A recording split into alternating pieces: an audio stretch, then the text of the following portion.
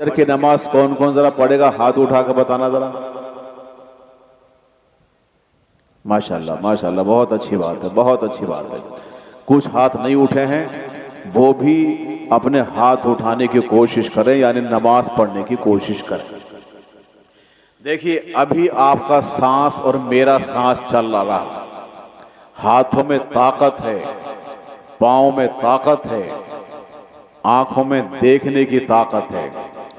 जिस दिन हाथों की ताकत खत्म हो जाएगी, पाँव के चलने की ताकत खत्म हो जाएगी, आंखों की देखने की ताकत खत्म हो जाएगी और सांस लेने की ताकत खत्म हो जाएगी, कोई आपका मेरा पुरसाने हाल नहीं होगा। बेशक काम में आएगी आपकी नमाज, काम में आएगी आपके अमाल। अमल करोगे तो इंशाल्लाह सब कुछ, ये दुनिया भी आपके सही और इंशाल्लाह आखिरत भी आपकी सही है। अभी तो आप सब कुछ कर सकते हो, मगर मेरी आपसे गुजारिश ये है कि जिस दिन आपका तजर्बा है कि जब किसी का इंतकाल होता है तो मौलाना कारी राहत हुसैन साहब को बुलाते हो, मौलाना साहब को बुलाते हो, मौलाना साहब को बुलाते हो सूरह यासीन पढ़ने के लिए। बोले बुलाते हो नहीं बुलाते हो? अरे थोड़ा बोलो भाई, बुलाते हो नहीं बुलाते हो? अच्छा बताओ, सूरह यासीन पढ़ने के लिए बुलाते हो। लोग हमें भी बुलाते हैं कि मौलाना फला का इंतकाल हो रहा है, आप चलिए सूरह यासीन पढ़ दीजिए। एक दिन आपका भी आएगा कि आपका भी आखिरी वक्त होगा। उस टाइम पर आप सोचोगे कि मेरे घर में कोई पढ़ा लिखा होता, काश मेरा बेटा हाफिज कुरान होता, काश मेरा बेटा कारी कुरान होता।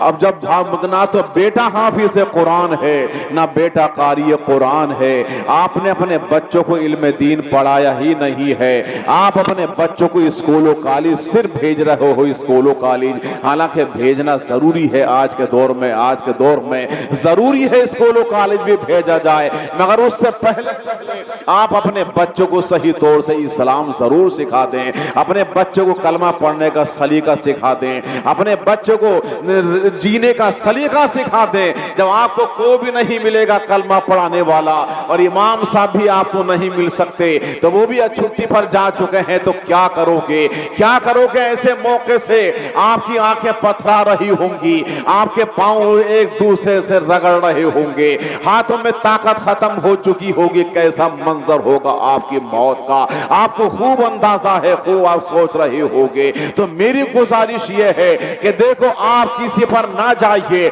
हमारा खुद का अमल किया हुआ जो अमल होगा वो हमारे काम में आएगा। आप ईशा की नमाज अदा कीजिए, गौर से सुनिए बातों को। आप ईशा की नमाज अदा कीजिए और ईशा की नमाज अदा करने के बाद एक तस्बीह ला इलाहा इल्लल्लाह मुहम्मदुर रसूलुल्लाह की पढ़िए। क्या बात है, बेशक। नारे तकबीर, नारे रिसालत, मसलके आला हजरत खलीफे अजीज़े मिल्लत हजरत अल्लामा मुफ्ती हनीफ साहब किबला मिसबाही। आई बात समझ में? अरे थोड़ा बहुत बात समझ में आ रही है? तो मेरी गुजारिश यह है कि आप हजरात रात को लेटने के बाद इशा की नमाज अदा करने के बाद में आप कम से कम एक तस्बीह ला इलाहा इल्लल्लाह मुहम्मदुर रसूलुल्लाह आप भी जरा बुलंद आवाज से पढ़ लें। ला इलाहा, और जोर से पढ़िए, ला इलाहा इल्लल्लाहु मुहम्मदुर रसूलुल्लाह। इसकी एक तस्बीह आप सोते टाइम पर आप पढ़ लें और एक तस्बीह दरूद शरीफ आप पढ़ लें, एक तस्बीह पढ़ लें। उसके बाद जिस दिन आपकी मौत का टाइम होगा, आपकी आदत बन चुकी होगी, उस टाइम पर ना तो बेटा मौजूद है आपकी मौत के टाइम पर, ना आपकी बेटी मौजूद है, ना आपकी बीवी मौजूद है, आपका कोई रिश्तेदार भी मौजूद नहीं है, आपका जंगल में इंतकाल हो चुका है, कोई पुरसाने हाल नहीं है। मगर जब आपकी उस टाइम पर आदत बन चुकी होगी, मौत आ रही होगी और आपकी ज़बान से कलमा शरीफ निकल रहा होगा, ला इलाहा इल्लल्लाह मुहम्मदुर रसूलुल्लाह, उस टाइम पर अल्लाह के रसूल सल्लल्लाहु तआला अलैहि वसल्लम इरशाद फरमाते हैं कि आखिरी टाइम पर मुसलमान की ज़बान से कलमे तैयबा निकल जाए, ला इलाहा इल्लल्लाह मुहम्मदुर रसूलुल्लाह फ़क़द दख़लल जन्नह। ऐसा मुसलमान मुसलमान जो मरते टाइम पर कलमा शरीफ पढ़ लेता है वो दोषी नहीं होगा बल्कि जन्नत में जाएगा, जन्नत में। अब मुझे फैसला करके बताइए कि दोज़ख में जाना चाहते हो या जन्नत में? क्या बात है, कहाँ जाओगे? आपके ऊपर फैसला, बोलो। जन्नत में? अच्छा, जन्नत वाले कौन कौन हाथ है जरा उठा के बताओ, कौन जाएगा जन्नत में? सभी जाएंगे है? अच्छा, सबकी तमन्ना है? अरे बोलो, सबकी तमन्ना जन्नत जाने की? सबकी तमन्ना, मेरी तमन्ना भी जन्नत जाने की है, मेरी तमन्ना भी है, मगर जन्नत का रास्ता बड़ा कठिन है, बड़ा कठिन रास्ता है जन्नत का हजरात, बड़ा कठिन है। और ये जो दोज़ख का रास्ता है तो बड़ा आसान है। शराब पी ली तो दोज़ख में जाओगे, नाचोगे कूदोगे तो दोज़ख में जाओगे, झूठ बोलोगे तो आप क्या है दोज़ख में जाओगे, अपने भाई को गालियां बकोगे तो दोज़ख में जाओगे, अपने बाप को गालियां बकोगे तो दोज़ख में जाओगे, अपनी माँ को ठोकरे मारोगे तो दोज़ख में जाओगे, अपने बाप को ठोकरे मारोगे तो दोज़ख में जाओगे, पटाखेबाजी करोगे तो दोज़ख में जाओगे, बुरी तरीके से अपनी शादी में रंडियां नाचाओगे तो दोज़ख में जाओगे, बुरे काम करोगे तो दोज़ख में जाओगे। और आपकी तमन्ना ये नहीं होगी कि हम दोज़ख में जाएं, कोई नहीं चाहता है दोज़ख में जाए। अगर जन्नत जाना चाहते हो तो आज ही अपनी माँ को सलाम कर लेना, अपने बाप को सलाम कर लेना। अगर माँ बाप तुमसे राजी हो गए तो तुमसे रसूल राजी हो जाएंगे, और रसूल राजी तो मेरा खुदा राजी हो जाएगा, और जब खुदा और रसूल राजी तो की मोहम्मद से वफा तूने तो हम तेरे हैं, ये जहां चीज का है लोहो कलम तेरे हैं। सुभान अल्लाह। आइए बात समझ में यार, असल में ये खामोशी है क्यों? मुझे बड़ा तजर्बा है, जब आदमी करीब में होते हैं तो हालांकि सुन तो रहे हो, मगर करीब में होता है तो उसका मजा ही कुछ और होता। एक तो कारी राहत साहब ने इतना ऊंचा बिठा दिया, इतना ऊंचा बिठा दिया, आप यूं करके देख रहे हो और मैं यूं करके देख रहा हूं। बहरहाल देखो, अपनी जिंदगी खुद संभालो। कारी राहत साहब ने मदरसा कायम किया, यही जगह मदरसे की है। तो मुझे एक साहब ने बताया इनके ताल्लुक से भी कि जो इनको जो रमज़ान में नजराना मिलता है तो वो भी मदरसे में लगा लिया करते हैं, वो भी मदरसे में लगा देते हैं। यार अपनी कीमती चीज़ जो है कौन मदरसे में लगाता है, मगर दिल वाला ही लगाता है, दिल वाला लगाता है। मुझे एक मशवरा करके बता दो, मदरसा चलना चाहिए या नहीं चलना चाहिए, बोलो। अच्छा, जो चाहता है कि मदरसा चले तो वो हाथ उठा के बताओ। देखो मदरसे का फायदा सुनिए, मदरसों का फायदा। मदरसे अगर ना हो मदरसे तो हमारे घरों में कोई कलमा सिखाने वाला नहीं होगा। आप अगर चक्कर में हो गए कि साहब ने कितने मौलवी मिल जाएंगे, मौलवी वही तो जो मदरसे में पढ़ते पढ़ाते हैं, और जब मदरसे ही नहीं होंगे तो आप जानते हैं तुम्हारे घरों से कुरान पाक की पढ़ने की आवाज़ नहीं निकलेगी, तुम्हारी बेटियां नहीं पढ़ेंगी, तुम्हारे बेटे नहीं पढ़ेंगे, तुम्हें कोई नमाज जनाजा पढ़ाने वाला नहीं मिलेगा। जिस दिन तुम पैदा हुए थे तुम्हारे कानों के अंदर अजान पढ़ने वाला तुम्हें कोई नहीं मिलेगा। इस लिहाज से मेरी गुजारिश है कि मदरसा चलाइए इंशाअल्लाह। जिस दिन मदरसे के ताल्लुक से आपने अपना दिल पक्का कर लिया है, आप अपना एक बच्चा मदरसे को दे दीजिए, चंदे में दे दिए जाए, चंदे में दे दीजिए कि कारी साहब से कह दीजिए कि ये बच्चा मैं मदरसे के लिए दे रहा हूं। इंशाल्लाह मुझे एक तजर्बा है कि भोजपुर के अंदर एक बड़े मालदार आदमी हैं, मैंने उनसे ये कहा था, यार अल्लाह ने आपको दौलतें बहुत दी हैं, बहुत दौलत अता फरमाई है, बड़े तजर्बे की बात कर रहा हूं। मैंने उनसे कहा था कि, और अब से तकरीबन 15 साल पहले कहा था कि यार भाई साहब आप अच्छे ठेकेदार हैं, अल्लाह ने बड़े असासे दिए हैं आपको, मगर एक बच्चा आप मदरसे के अंदर हाफिज कुरान बना लीजिए। जब हाफिज कुरान होगा तो ये मत समझना कि साहब मुझे कमा कर देगा, इसलिए कि हाफिज कुरान की कीमत ही कितनी हुआ करती है, ज्यादा गया तो 10,000 रुपए, और ज्यादा गया तो 12,000 रुपए, और ज्यादा गया बहुत ऊंचा आलिम है तो 15,000 रुपए उसे मिल जाते हैं। आपके घर में अगर आके एक समधी नया वाला समधी आ जाए तो कम से कम 5,000 रुपए आपको उसी दिन उठ जाते हैं। बोलो उठते हैं नहीं उठते हैं? अच्छा खासा खर्च हो जाता है। ये बेचारे हाफिज कुरान क्या करेंगे, ये आलिम दीन क्या करेंगे? इनकी तनख्वाहों पर तवज्जो दो। मैंने ईदगाह के मैदान में, भोजपुर में ईदगाह के मैदान में कहा था कि वाकई आप लोगों के घरों में बड़े असासे हैं, मगर यह हाफिज कुरान जो तुमको नमाज से पढ़ा रहा है, तुम्हारे बच्चों को कलमे सिखा रहा है, इसकी 8,000 रुपए, इसकी 6,000 रुपए तनख्वाह, कीमतें बढ़ाइए और अपने बच्चों को 100 तरीके सिखाइए। तो अमर उजाला अखबार ने, दैनिक ने इस खबर को छापा था बाकायदा। दूर दराज के उलमा ने, उस समझदार तबके ने मुझे फोन करके बताया था, मौलाना बहुत अच्छा हुआ आपने ये बयान दिया है, हाफिजों की कीमतें बहुत अच्छी होनी चाहिए, बहुत अच्छी तनख्वाहें होनी चाहिए।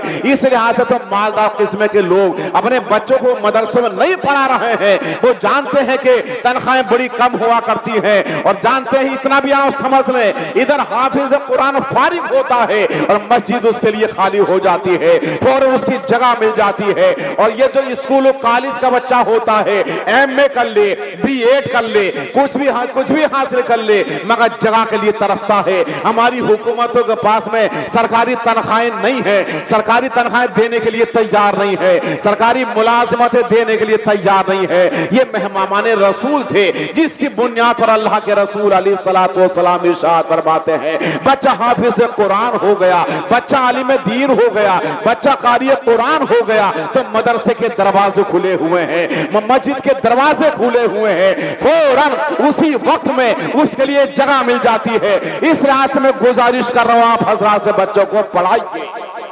नारे तकबीर, नारे रिसालत।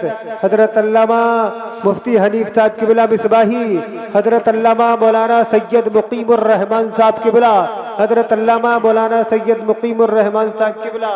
तशरीफ लाइए, तशरीफ लाइए, तशरीफ लाइए। वाह वाह वाह, क्या बात है। सैयद साहब तशरीफ लाएं। मिजाज बगैर माशाल्लाह जी, तशरीफ लाएं। मिजाज बगैर है साहब, ठीक है माशाल्लाह। अभी आएगा।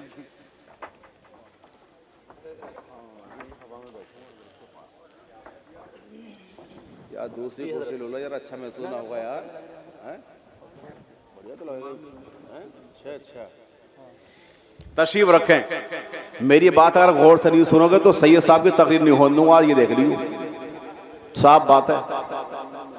अगर इनकी तकरीर सुनना चाहते हो तो मेरी बात को सही से सुन लो। अरे भैया देख के दुरूद पाक पढ़ी, अल्लाहुम्मा सल्ली अला सय्यदिना व शफीना व हबीबिना व मौलाना मुहम्मदिन मादान जूदी वल करम। यार ये कैमरे वाले जो हैं, कैमरे वाले, इनसे मुझे बड़ा डर लगता है यार। मेरी तकरीर बंद कर दो यार, आप मुझे बड़ा डर लगता है आप लोगों से, बहुत ही डर लगता है। सैयद साहब की तकरीर में चला दिया आप लोग कि लफ्जों में क्या बयान हो, लफ्जों में क्या बयान हो, हकीकत रसूल की लफ्जों में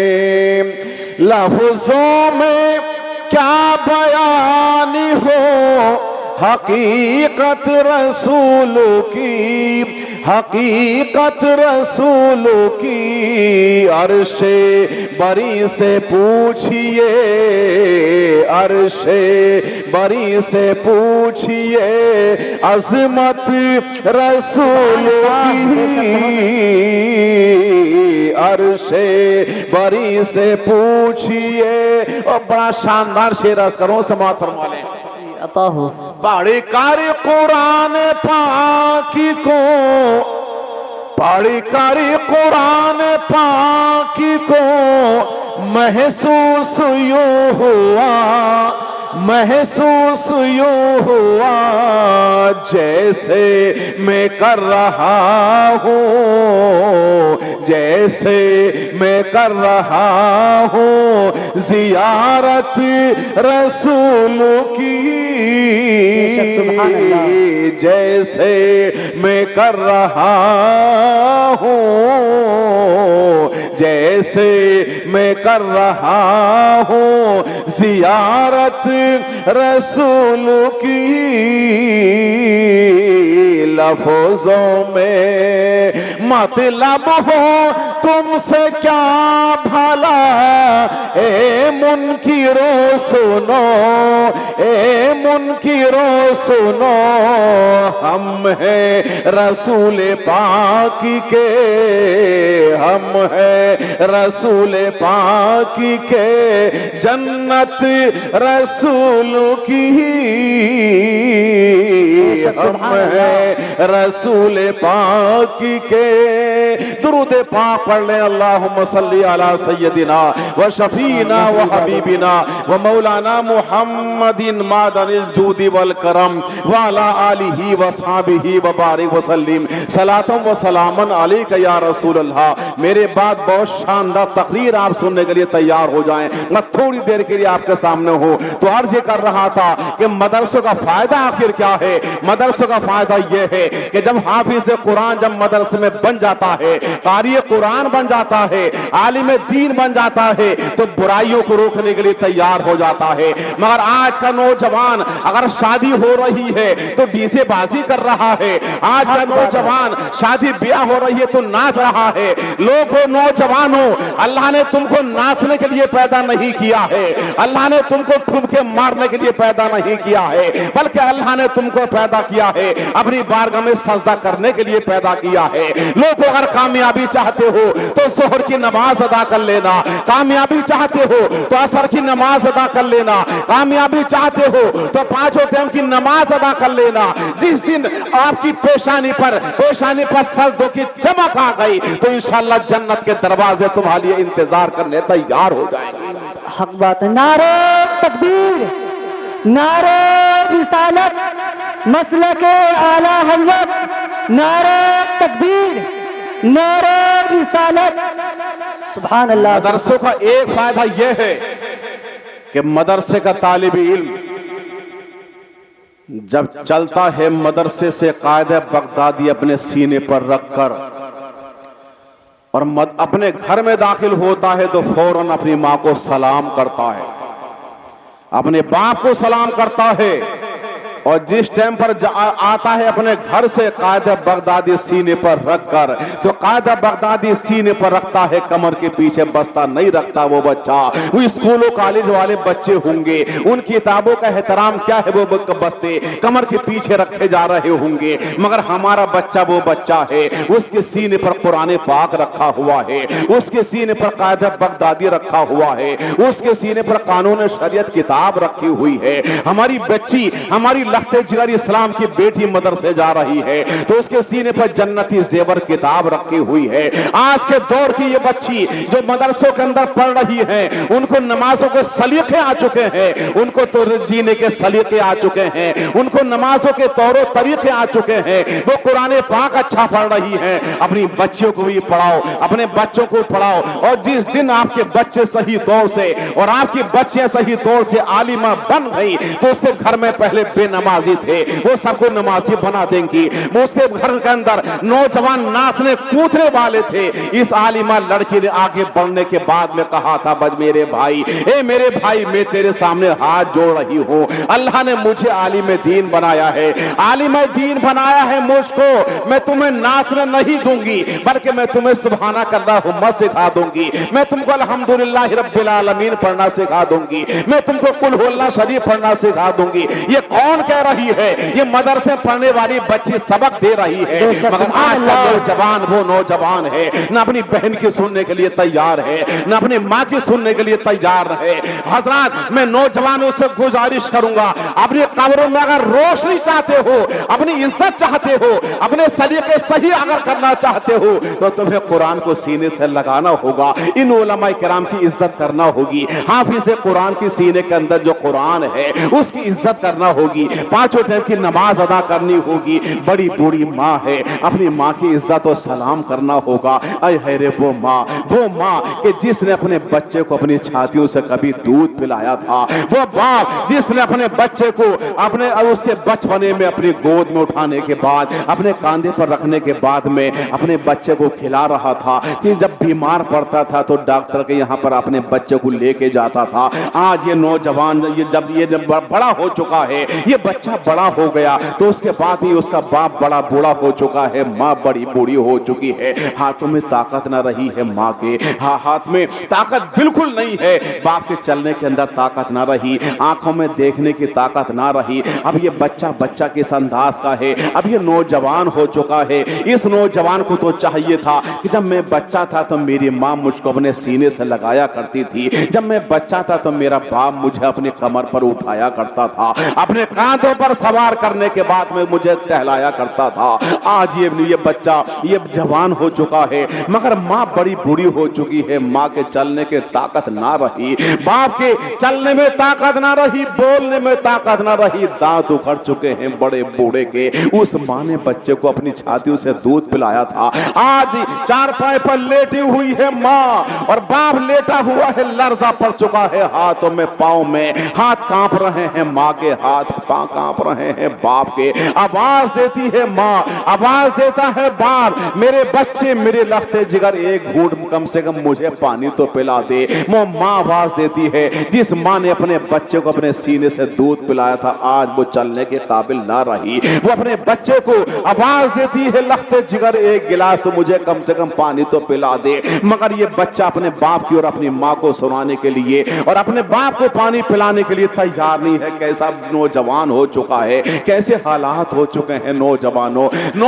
अगर तुमने अपने बड़े बूढ़े बाप की इज्जत नहीं की तो आने वाला दौर तुम्हारी इज्जत करने के लिए तैयार नहीं होगा, तुम्हारी औलाद तुम्हारी कदर करने तैयार नहीं होगी। तुम अगर इज्जत नहीं दे रहे हो माँ को, तुम इज्जत नहीं दे रहे हो बाप को, तो आने वाली औलाद तुम्हारे ठोकरे मारने के लिए तैयार हो जाओगी। अगर बाकी तुम अपने बाप की इज्जत करोगे तो तुम्हारा बेटा तुम्हारी इज्जत करने तैयार होगा। तुम अपने माँ के कदमों को बोसा दे दोगे तो आने वाला दौर तुम्हारे कदमों चूमने के लिए तैयार हो।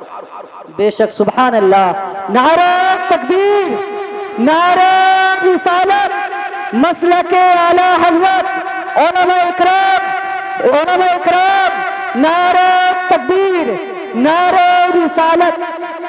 बस तकरीर का आखिर कर रहा हूँ, मुझे वो बात याद आती है मेरे मुस्तफ़ा की कि मक्के की सरजमीन है, मेरे मुस्तफ़ा तशरीफ़ फरमा है, इस अंदाज से बैठे हुए हैं जैसे कि सितारों के दरमियान में चांद हुआ करता है। मुस्तफ़ा इस अंदाज से तशरीफ़ फरमा है, चारों तरफ सहाबा किराम बैठे हुए हैं मुस्तफ़ा के। अचानक रसूल पाक अलैहिस्सलातु वस्सलाम के करीब से, उस मजमे के करीब से एक औरत निकल रही है, उसके हाथ है कि काँप रहे हैं, उसकी कमर झुकी हुई है, पाँव में ताकत नहीं है और झुकी हुई चली जा रही है डंडा लेकर। उस दौर के अंदर भी उसके चेहरे को कोई पहचानने के लिए तैयार नहीं था। पर्दे के अंदर जा रही है वो बड़ी बूढ़ी औरत। किस अंदाज का दौर है। मुस्तफ़ा ने फरमाया था सबसे अच्छा दौर मेरा दौर है। उसके बाद भी वो औरत पर्दा करके आगे बढ़ रही है। रसूल पाक ने उस औरत को देखा, बड़ी बूढ़ी को, तो ताजीम के लिए खड़े हो जाते हैं मेरे मुस्तफ़ा, ताजीम के लिए खड़े हो गए मेरे आका।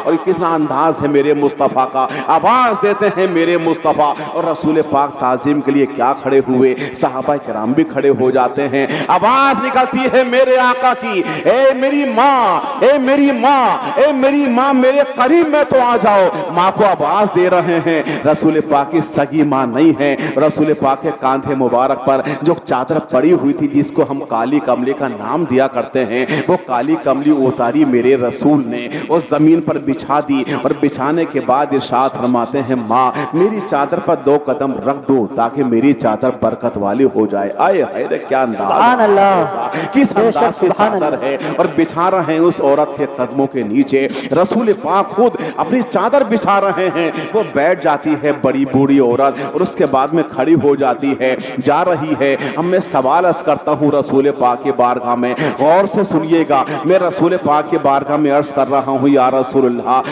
आप फरमा रहे हैं कि माँ 2 कदम मेरी चादर पर रख दो ताकि मेरी चादर बरकत वाली हो जाए। या रसूलल्लाह, आपकी जूतियां मुबारक हैं वो भी बरकत वाली हैं, आपका साफा है वो बरकत वाला है, आपका कुर्ता शरीफ है वो बरकत वाला है, आपकी कदम जूतियों के नीचे जो मिट्टी आई है, जर्रे आए हैं, या रसूलल्लाह, तो वो भी तो बरकत वाले हैं। आप क्यों फरमा रहे हैं माँ 2 कदम रख दो ताकि मेरी चादर बरकत वाली हो जाए? तो सवाल का जवाब मेरे मुस्तफा की बारगाह से यही आ सकता है। ए मेरे उम्मती सुन, मैं रसूल होकर, गौर से सुनिएगा, मैं रसूल होकर जब अपनी माँ की इज्जत कर सकता हूँ और कीमती चादर माँ के कदमों के नीचे बिछा सकता हूँ, तो तुम तो गुनाहगार हो। अपनी माँ की कदर कर लो, अपनी माँ की इज्जत कर लो। जब मैंने अपनी माँ की इज्जत करके दिखाई है, तो ए मेरे नौजवानों सुनो, मेरी उम्मत के मुसलमानों सुनो, ए मेरी उम्मत के लोगों नौजवानों सुन लो, अगर बाकी तुम मुझे राजी करना चाहते हो तो माँ को राजी करना होगा, माँ के कदमों के नीचे अच्छा बिस्तर देना होगा, अपने बाप को अच्छा बिस्तर देना होगा। मगर हम देखते हैं, आप अपने घरों को मुलाहिजा कर लें, आपकी चारपाई पे अच्छा बिस्तर होगा, अच्छी चादर होगी, सब कुछ अच्छा होगा, मगर माँ बेचारी सुखड़ी मुखड़ी एक जाने पड़ी रही होगी। और बाप है बेचारा, बदबूदार चादर भी नहीं है, बदबूदार बिस्तर में लिपटा पड़ा है, ना उसके पास अच्छा लिबास है, ना उसके पास अच्छा लिहाफ है, ना अच्छी चादर है। नौजवानों होश में आ जाओ, होश में। जो कुछ तुम ये कर रहे हो तुम्हारी बाप की दौलत है, तुम्हारे बाप का करिश्मा है, तुम्हारी बाप की ताकतें हैं। आज तुम ये सब कुछ कर रहे हो। अगर तुम्हें अपनी इज्जत चाहिए तो बाप को अच्छा बिस्तर दे देना, सुबह को नाश्ता दे देना, बाप को सलाम कर लेना, माँ को सलाम कर लेना। अगर माँ बाप राजी हो गए तो रसूल राजी, और रसूल राजी तो मेरा खुदा राजी, और जब खुदा और रसूल राजी तो की मोहम्मद से वफा तो मैं तो हम तेरे हैं। ये जहां चीज का है लोहो कलम तेरे। बेशक, सुभान अल्लाह, सुभान अल्लाह। बहुत अच्छा, बहुत खूब हजरत, माशाल्लाह। बहुत मेरे अजीज, बड़े बूढ़े को तुमने अभी समझा नहीं है। बाप जो बलगम थूक रहा है, बेटा उसको बुरा महसूस कर रहा है। बड़ा बूढ़ा बाप चारपाई पर पड़ा हुआ है, तो उसकी वजह से भी तुम्हारे घरों में बरकतों का नुज़ूल है। तुम्हारी माँ है बड़ी बूढ़ी, वो थूक रही है, उससे तुम बुरा महसूस कर रहे हो। हमारे घर को गंदा कर रही है बड़ी बूढ़ी। और घर की बहुएं, तुम अपनी बहुओं के बिके हुए नहीं हो, तुम बिके हुए नहीं हो, उसके शौहर, उसके ताजदार हो।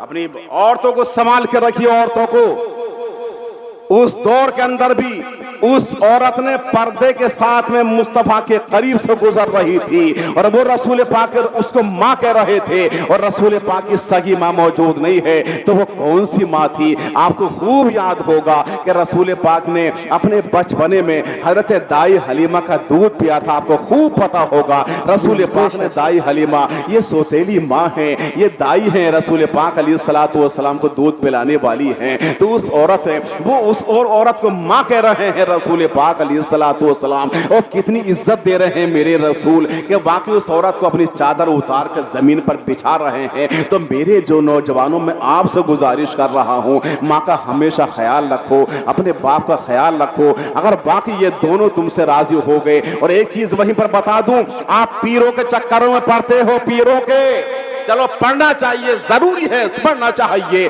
आप जा रहे हो पीरों को, मगर उसके बाद में कर्ज लेकर मुझे 200 रुपए उधार दे दो, 200 रुपए उधार दे दो, तो तुमने 100 रुपए तो किराए पे लगा लिए, और 100 रुपए पीर साहब की बारगाह में नजराना पेश कर दिया, और उसके बाद कहते हो अपने पीर साहब से, साहब दुआ कर दो। तो पीर का यह है कि 100 रुपए लेके दुआ कर रहा है। मैं समझता हूँ तुम्हारी सबसे बड़ी पीर जो है वो तुम्हारी माँ है, सबसे बड़ी पीर तुम्हारा बाप है, वो तुम्हारे पैसे का हाजतमंद नहीं है। जिस टाइम भी आधी रात अगर पुकारोगे तो माँ दुआ कर रही है, दिन में अगर दुआ करा रहे हो तो दिन में दुआ कर रही है। बाप बड़ा बूढ़ा है, उसकी जबान खुलने के लिए तैयार नहीं है, वो दुनिया से जाने के लिए तैयार है, मगर बेटा है रो रहा है, माँ ए बाप मेरे लिए दुआ कर दो। तो ये दुनिया से जाते जाते भी बाप अपने बेटे के लिए दुआ कर रहा है। मैं माँ है, उसकी जबान खुलती है, मौला ए मालिक मौला मेरा बच्चा गरीब है, इसके घर में बरकत अता फरमा दे। तो पीर साहब की दुआ को इतना असर नहीं होगा जितनी तुम्हारी माँ का असर होगा, तुम्हारे बाप का असर होगा। इस राह से गुजारिश कर रहा हूँ, माँ बाप को राजी कर लो। माँ अगर राजी हो गई तो जन्नत के दरवाजे खुलने के लिए तैयार हो जाएंगे, अगर बाप राजी हो गए तो जन्नत के दरवाजे खुलने के लिए तैयार हो जाएंगे। अब मुझे एक बात बता दो, आपने इतनी लंबी चौड़ी मेरी गुफ्तगू सुन ली, अब मुझे बताओ माँ के ठोकरे कौन मारेगा? हाथ उठा के बताओ।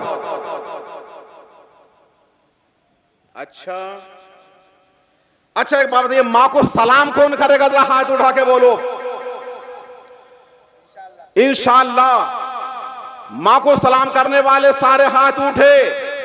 अगर जिनकी माएँ मौजूद हैं तो आज ही यहां से जाने के बाद तकरीरों को मनोरंजन मत बनाओ। मनोरंजन बहुत हो गई, मनोरंजन की तकरीरें सब खत्म कीजिए। सारी बातें अमल करके सीखिए, अमल कीजिए। अमल करो तो इंशाल्लाह तुम्हारे घर में सब कुछ हो जाएगा। यहाँ से बिल्कुल गांठ बांध के जाइए कि अपनी माँ को मुझे सलाम करना है, अपने बाप को सलाम करना है। और जब माँ को सलाम करोगे तो माँ भी उस दिन खुश हो जाएगी, हाँ अरे आज मेरे बेटे ने तकरीर पर अमल कर लिया है, मेरे बेटे ने मुझे सलाम कर लिया है, मौलाना की तकरीर पर अमल किया, सैयद साहब क़िबला की तकरीर पर अमल किया है। देखो अमल करोगे तो सब कुछ है। और अगर ढेरों किताबें तुम पढ़ लो, अमल ना हो तो उसमें और उस जानवर में कोई फर्क नहीं। हक बात है, बिल्कुल सच बात कह रहा हूं आप लोगों के सामने जी, बिल्कुल सच बात कह रहा हूं। अब उसके बाद आप आइए, बस आखिरी पैगाम मेरा, मैंने शुरू में कहा था नमाज आपकी पेशानियों में नूर पैदा करती है, नमाज से घर में बरकतें आती हैं। अब मुझे एक बड़े बूढ़े बताओ, बड़े बूढ़े जो पांचों टाइम की नमाज वो पढ़े, हाथ उठा के बताएं। सिर्फ बड़े बूढ़े का हाथ देखना चाहता हूं, सिर्फ बड़े बूढ़े। माशाल्लाह बहुत अच्छी बात है, बहुत अच्छी बात है। एक बड़े बूढ़े का हाथ उठा है, तो अब मैं दूसरे बड़े बूढ़े का हाथ देखना चाहता हूं कि पांचों टाइम की नमाज का आज ही तहिया कर लें। है कोई दूसरा बड़ा बूढ़ा मेरी उम्र का, सफेद दाढ़ी वाला? है कोई दूसरा बड़ा बूढ़ा कोई?